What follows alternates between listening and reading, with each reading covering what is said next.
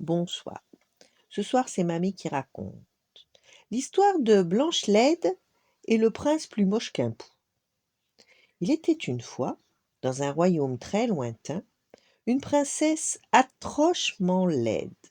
Hortense était tellement vilaine que lorsqu'elle passait dans la rue, les habitants fermaient leurs volets, les lépreux lui jetaient des pierres et même les chiens hurlaient à la mort. Tous les jours, la princesse interrogeait son miroir magique. Miroir, affreux miroir, dis-moi qui est la plus moche de ce royaume. Et invariablement, le miroir répondait au bord de la nausée. C'est vous, ô princesse Hortense.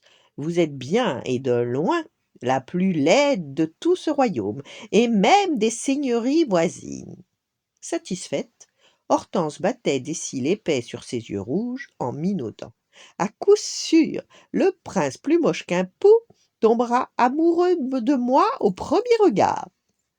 Mais un matin, le miroir, bien embarrassé, lui donna une autre réponse.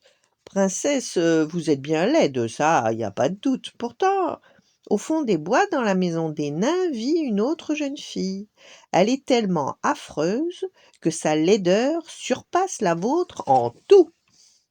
Une simple paysanne ose défier la fille du roi, cria Hortense. Je la pourchasserai et je l'empoisonnerai. Et comment s'appelle-t-elle d'abord, cette pain-bêche? Blanche-Laide, répondit le miroir. Alors Hortense descendit dans les caves du château et dessina une énorme verrue sur son nez déjà crochu. Ainsi parachevé, son déguisement de sorcière était parfait. Puis elle partit dans la forêt et s'approcha de la maison des nains sur la pointe de ses pieds beaux. Dissimulée derrière un arbre, elle aperçut Blanche-Laide au moment où celle-ci sortait de la chaumière en braillant. Aussitôt les oiseaux s'envolaient, les biches se réfugiaient au plus profond des fourrés, et même le grand méchant loup avait mis les bouts. Hortense se pinça. La jeune fille chantait encore plus mal qu'elle. Mince alors, et en plus, elle est vraiment très, très, très laide. Si le prince moche comme un pou se présente, c'est elle qu'il choisira. Alors, la princesse sortit de son panier une belle pomme rouge empoisonnée.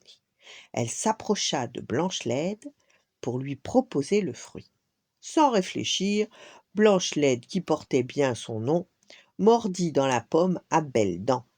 Il lui en manquait 3 sur le devant, d'ailleurs. Elle sombra aussitôt dans un profond sommeil maléfique. Victorieuse, Hortense rentra chez elle en ricanant méchamment. Un jour pourtant, le prince moche comme un pou passa dans la forêt.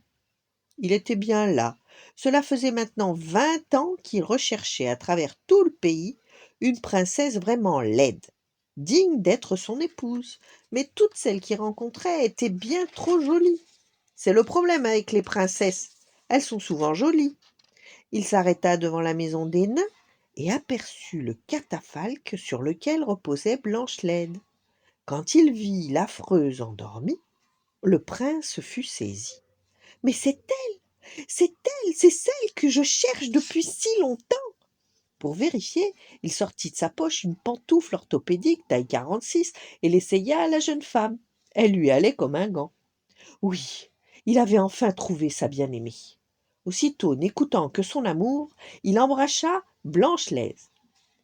En ouvrant les yeux, elle sourit de toutes ses dents qui lui restaient, et elle épousa sur-le-champ le prince moche comme un pou. Mais Hortense n'eut pas à s'en plaindre, car l'amour rendit Blanche-Laide beaucoup plus jolie que la vilaine princesse, et elle était redevenue la plus laide de tout le royaume, et même des seigneuries voisines. Et depuis, elle entend un autre prince pas charmant du tout. Voilà. Bonne nuit, faites de beaux rêves, et à demain.